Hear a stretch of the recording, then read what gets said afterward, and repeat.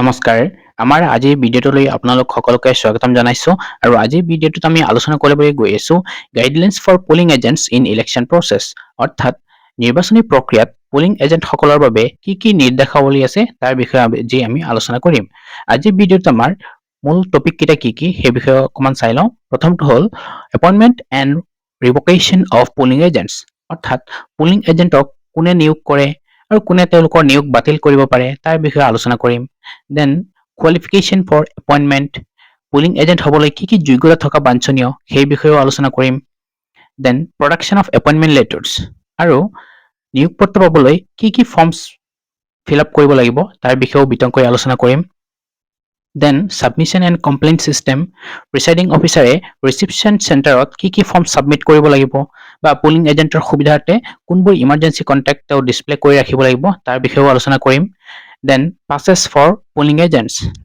Then কি কৈছে entry পাছ restrictions বা টেম্পৰাৰী এক্সিটৰ কাৰণে পোলিং এজেণ্টসকলে কি নীতি নিয়ম মানি চলিব লাগিব সেই বিষয়ে আলোচনা কৰিম আৰু ফাইনেলি সিটিং এৰেঞ্জমেণ্টছ অৰ্থাৎ পোলিং এজেণ্টৰ সিটিং এৰেঞ্জমেণ্ট প্ৰিফাৰেবলি কেনেকৈ হ'ব লাগে তাকো আলোচনা কৰিম তো আৰম্ভ কৰিছে আজিৰ ভিডিঅ'টো আশা কৰিছোঁ আপোনালোকে ভিডিঅ'টো শেষলৈকে চাব প্ৰথমতে আমি চাম appointment and revocation of polling agents ইয়াতে কি কৈছে Each candidate can appoint one polling agent and two relieving polling agents at each polling station. প্ৰতিজন প্ৰাৰ্থীয়ে প্ৰতিটো ভোট গ্ৰহণ কেন্দ্ৰত এজন পোলিং এজেণ্ট আৰু দুজন ৰিলিভিং পোলিং এজেণ্ট নিয়োগ কৰিব পাৰে এইটো হ'ল first কণ্ডিশ্যনটো Only one polling agent per candidate is allowed inside the polling station at any given time to avoid overcrowding and ensure smooth functioning. এটা কৈছে ভিৰ কমাই সুশৃংখল ভোট গ্ৰহণ নিশ্চিত কৰিবলৈ এটা সময়ত প্ৰতিজন প্ৰাৰ্থীৰ কেৱল এজন মাত্ৰহে পোলিং এজেণ্ট ভিতৰত থাকিবলৈ অনুমতি থাকে এইটো হ'ল ইয়াৰ ছেকেণ্ড নিয়ম নেক্সট হৈছে the appointment of a polling agent can be revoked by the candidate or his election agent in the prescribed official form ইয়াৰ উপৰি কৈছে প্ৰাৰ্থী বা নিৰ্বাচনী এজেণ্টে নিৰ্ধাৰিত চৰকাৰী ফৰ্মত নিয়োগ বাতিল কৰিব পাৰে এজন পোলিং এজেণ্টৰ If a polling agent is removed or dies before completion of the poll, another polling agent can be appointed at any time before the polling ends. এটা কৈছে কোনো এজেণ্টক যদি কোনোবাই অপসাৰিত কৰে অপসাৰিত হ'লে বা তেওঁৰ যদি মৃত্যু ঘটে কিবা কাৰণত তেতিয়াহ'লে ভোট গ্ৰহণ শেষ হোৱাৰ আগলৈকে নতুন এজনক যিকোনো সময়তে নিয়োগ কৰিব পাৰি এটা হ'ল ইয়াৰ আন এটা চৰ্ত ঠিক আছে নেক্সট আমি চাম qualification for appointment as polling agents অৰ্থাৎ polling agent হিচাপে নিয়োগৰ যোগ্যতা কি থাকিব লাগিব সেই বিষয়ে এতিয়া চাম A polling agent must be registered elector and ordinary resident of the same polling booth or a nearby polling station within the same constituency অৰ্থাৎ polling agent এজন ভোটাৰ হ'ব লাগিব সেইটো হ'ল প্ৰথম চৰ্ত তেওঁ একেই ভোট কেন্দ্ৰ বা ওচৰৰ ভোট কেন্দ্ৰৰ বাসিন্দা হোৱাটো বাঞ্ছনীয় If suitable person is not available locally A polling agent may be appointed from any elector belonging to the same assembly constituency. স্থানীয়ভাৱে ব্যক্তি নাথাকিলে একেই বিধানসভাৰ সমষ্টিৰ যিকোনো ভোটাৰক তেওঁ নিয়োগ কৰিব পাৰে পোলিং এজেণ্ট হিচাপে Every polling agent must possess an elector photo identity card that is EPIC or any valid government issued identity document. প্ৰতিজন পোলিং এজেণ্টৰ ইপিক বা বৈধ চৰকাৰী পৰিচয় পত্ৰ থাকিব লাগিব এইটো বাঞ্ছনীয় ঠিক আছে এইখিনি আছিলে qualification for appointment as polling agents next আমি চাম identity and eligibility conditions If the proposed polling agent doesn't have an EPIC, the returning officer will arrange for its issuance upon written request from the candidate or election agent. ইয়াতে কৈছে যদি তেওঁৰ EPIC কাৰ্ডখন নাথাকে মানে voter আইডিখন যদি তেওঁৰ নাথাকে তেতিয়াহ'লে ৰিটাৰ্নিং অফিচাৰে লিখিত অনুৰোধত জাৰি কৰিব পাৰে All polling agents must prominently display their identity cards on the day of poll for easy and quick identification.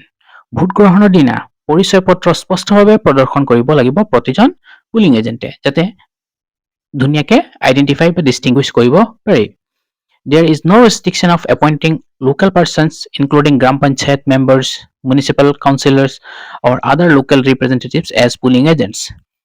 গাঁও পঞ্চায়তৰ সদস্য পৌৰ কাউন্সিলৰৰ সদস্য বা স্থানীয় প্ৰতিনিধিকো নিয়োগ কৰিব পাৰি ইয়াতে কোনো বাধা নাই ঠিক আছে, এইখিনি আছিলে আইডেন্টিটি এণ্ড এলিজিবিলিটি কণ্ডিশ্যনৰ বিষয়ে। নেক্সট আমি আলোচনা কৰিম production of appointment letters. Every polling agent must produce the appointment letter in Form 10 before entering the polling station.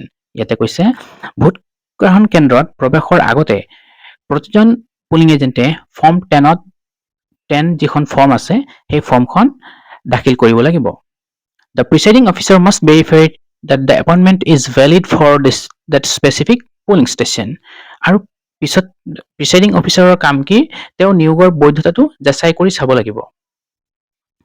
The polling agent must complete the document and sign the declaration in the presence of presiding officer. আৰু ইয়াৰ পিছত polling এজেণ্টজনে presiding অফিচাৰৰ উপস্থিতিত ঘোষণাপত্ৰ পূৰণ কৰি তাতে স্বাক্ষৰ কৰিব লাগিব। The presiding officer shall issue entry pass, that is Annexure 12, and maintain records as prescribed in Annexure 13. তাৰপিছত কি কৰিব লাগিব, আমাৰ প্ৰিচাইডিং অফিচাৰজনে এণ্ট্ৰি পাছ ইছ্যু কৰিব পাৰিব। সেইখন ক'ত কৰিব, Annexure 12ত কৰিব। আৰু তেওঁ যে কৰিছে তাৰ ৰেকৰ্ডটো মেইনটেইন কৰি ৰাখিব, অৰ্থাৎ নথিবোৰ সংৰক্ষণ কৰি ৰাখিব Annexure 13ত। In case of doubt, the signature must be compared with specimen signature provided by the returning officer. সন্দেহ থাকিলে স্পেচিমেন চিগনেচাৰৰ লগত প্ৰিচাইডিং অফিচাৰে মিলাই চাব পাৰিব। ঠিক আছে, এইখিনি আছিলে প্ৰডাকশ্যন অফ এপইণ্টমেণ্ট লেটাৰ্ছৰ বিষয়ে। নেক্সট আমি চাম attendance of polling agents. Polling agents should reach the polling station at least 90 minutes before the commencement of the poll to observe preparatory procedures. ইয়াতে কৈছে ভোট গ্ৰহণ আৰম্ভ হোৱাৰ অতি কমেও 90 মিনিটছ আগতে পোলিং এজেণ্টসকল ভোট গ্ৰহণ কেন্দ্ৰত গৈ উপস্থিত হ'ব লাগিব, যাতে তেওঁলোকে মক পলৰ পৰা আৰম্ভ কৰি বাকী প্ৰচেছবোৰ দেখিব পাৰে বা চাব পাৰে, তাত উপস্থিত থাকে। If a polling agent arrives late, he or she shall still be allowed to participate in the proceedings and the polling process need not be started. ইয়াতে কৈছে যদি কোনোবা পোলিং এজেণ্ট অকণমান দেৰিকে আহে, দেৰিতে আহিলেও তেওঁক এই প্ৰক্ৰিয়াত বা ইলেকশ্যনৰ প্ৰক্ৰিয়াত তেওঁক অংশগ্ৰহণ কৰিব পৰাৰ অনুমতি দিয়া হৈছে।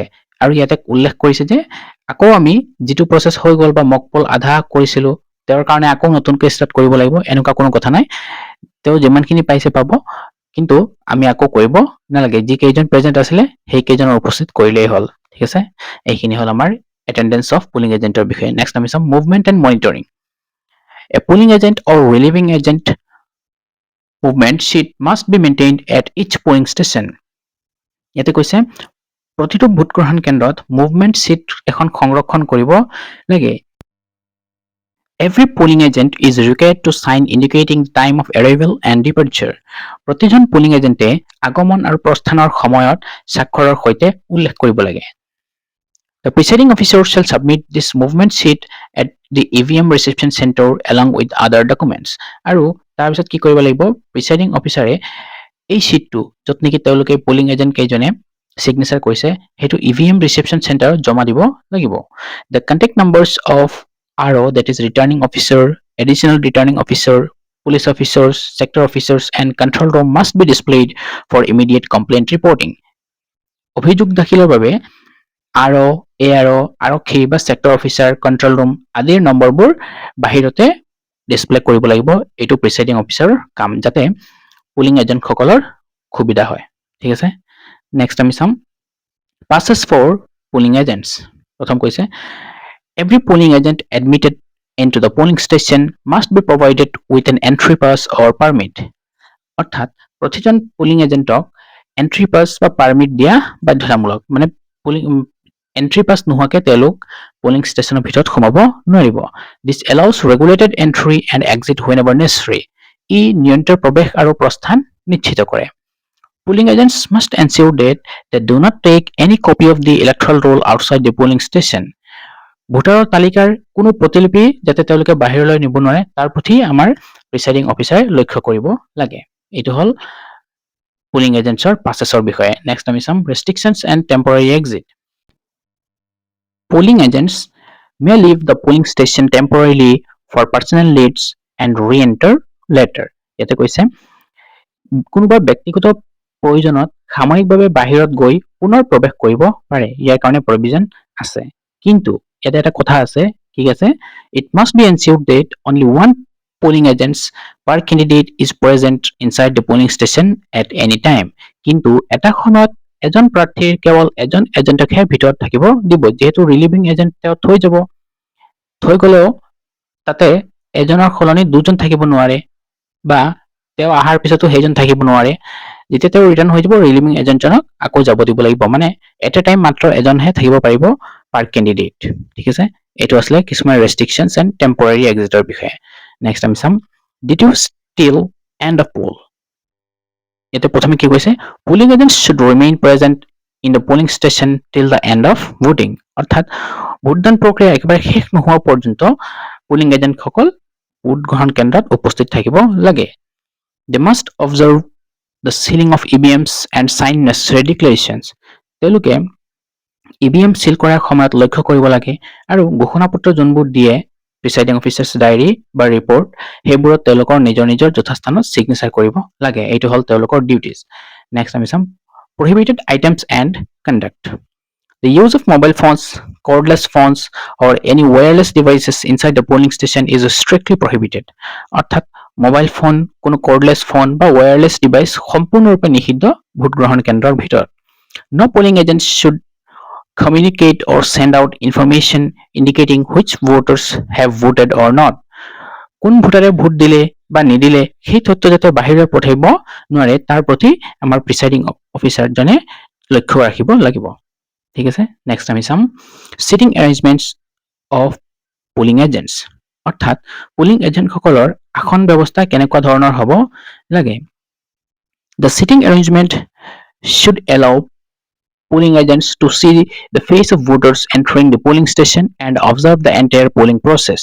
ইয়াতে কৈছে ভোটাৰৰ মুখ আৰু সমগ্ৰ প্ৰক্ৰিয়া লক্ষ্য কৰিব পৰা স্থানত তেওঁলোকক বহিবলৈ জেগা দিব লাগে। The polling agents must not be able to see the actual voting process to maintain secrecy. আৰু এটা কথা মনত ৰাখিব লাগিব আমি যে প্ৰকৃত ভোটদান সেই প্ৰচেছটো যাতে দেখা নাপায়, মানে ভোটিং কম্পাৰ্টমেণ্টটো যাতে তেওঁলোকে দেখা নাপায়, তেনেকুৱা জেগাত তেওঁলোকক বহি দিব লাগে যাতে গোপনীয়তাটো বজাই থাকে। ঠিক আছে, নেক্সট আমি চাম idol cheating position. Polling agents should preferably be seated behind the polling officer handling the marked electoral roll. ইয়াতে কৈছে mark copy of electoral roll যিজন পুলিং অফিচাৰৰ হাতত থাকে তেওঁৰ ওচৰত বহিলে বেছি ভাল। অৰ্থাৎ আমি জানো ফাৰ্ষ্ট পুলিং অফিচাৰৰ ওচৰতেই থাকে mark copy of electoral roll, তো তেওঁৰ ওচৰত থকাটো বেছি ভাল। If not feasible they may be seated opposite the polling officials.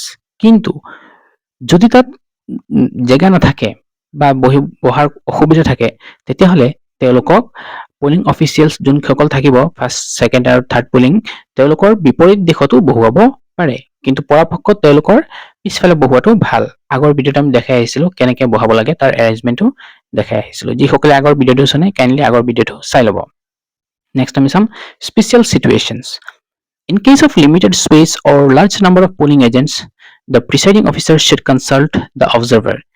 এতিয়া ইয়াতে কৈছে কেতিয়াবা আমাৰ এনেকুৱা ধৰণৰ চিটুৱেশ্যনো এৰাইজ হ'ব পাৰে য'ত নেকি স্পেচটো একেবাৰে সীমিত, একেবাৰে কম, বা স্পেচ আছে যদিও কিন্তু কেণ্ডিডেটছৰ যি নাম্বাৰ অফ কেণ্ডিডেটছ বেছি হোৱাৰ কাৰণে নাম্বাৰ অফ পুলিং এজেণ্টো বেছি হৈ যাব। তেনেকুৱা ক্ষেত্ৰত কি কৰিব লাগে কৈছে আমি অবজাৰভাৰৰ সৈতে পৰামৰ্শ ল'ব লাগে। Then guidance may also be taken from the returning officer or sector officer. আৰু প্ৰয়োজনত আমি ৰিটাৰ্নিং অফিচাৰ আৰু বা ছেক্টৰ অফিচাৰৰো দিশ নিৰ্দেশনা ল'ব পাৰোঁ। ঠিক আছে, এইটো হ'ল কিছুমান স্পেচিয়েল চিটুৱেশ্যনৰ কথা কৈছে। নেক্সট আমি চাম seating priority order. The seating arrangement of polling agents should follow' this order of priority. আসন গ্ৰহণত কৈছে অগ্ৰাধিকাৰ কেনেকৈ দিব লাগে, আমি কোনটো ক্ৰমত দিব লাগে, সেই ক্ৰমটো হৈছে প্ৰথমে কৈছে candidates of recognised national parties. Recognised যোনবোৰ ৰাষ্ট্ৰীয় দল আছে স্বীকৃতপ্ৰাপ্ত, সেই দলখিনিৰ যোনবোৰ পুলিং এজেণ্ট আছে তেওঁলোকক প্ৰথমে স্থান দিয়াটো বেছি ভাল।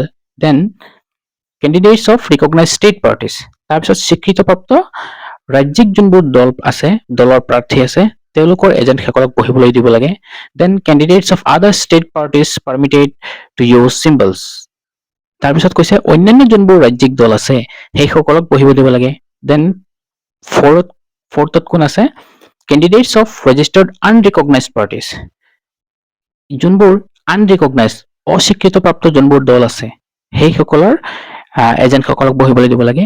আৰু একেবাৰে শেষত কৈছে ইণ্ডিপেণ্ডেণ্ট কেণ্ডিডেটছ স্বতন্ত্ৰ যোনবোৰ প্ৰাৰ্থী থাকে তেওঁলোকৰ এজেণ্টসকলক বহিবলৈ দিলে বেছি ভাল বা সুবিধা হয়। ঠিক আছে, তো এইখিনি আছিলে আজি আমাৰ আলোচনাৰ বিষয়বস্তু। আশা কৰিছো আপোনালোকে ভিডিঅ'টো শেষলৈকে চাইছে। ভিডিঅ'টো ভাল লাগিলে বন্ধু বান্ধৱীৰ লগত ভিডিঅ'টো শ্বেয়াৰ কৰি দিব আৰু চেনেলটো ছাবস্ক্ৰাইব কৰি দিব। আজি ভিডিঅ'টো ইয়াতেই সামৰিছো। ধন্যবাদ।